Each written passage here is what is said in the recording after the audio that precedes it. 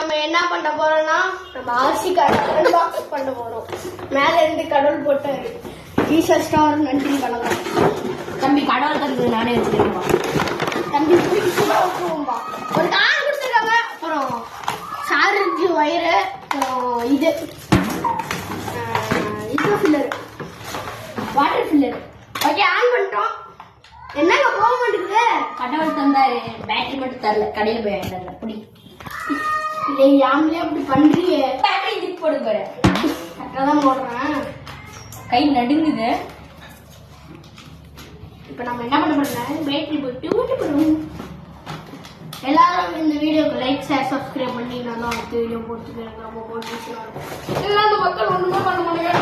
Video தம்பி புகையை காணும்.